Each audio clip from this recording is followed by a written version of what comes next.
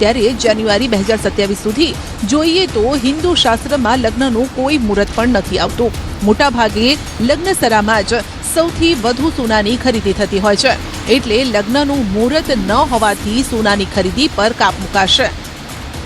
આપણે સૌએ સોનાની ખરીદી ના કરવી, તો એના પાછળનો વિચાર એટલા માટે જરૂરી છે કે અધિક મહિનો 17મી તારીખથી શરૂઆત થાય છે. હવે 17 તારીખથી અધિક મહિનો શરૂ થાય છે અને ત્યારથી માંડીને જાન્યુઆરીની 24 તારીખ સુધી ખરા અર્થમાં જો વિચાર કરીએ તો આપાતકાલીનને છોડીને કોઈ પણ લગ્નના મુહૂર્ત છે નહીં, અથવા કોઈ પણ શુભ કાર્ય કરવા છે તો એના માટે પણ સુયોગ્ય વ્યવસ્થા છે નહીં.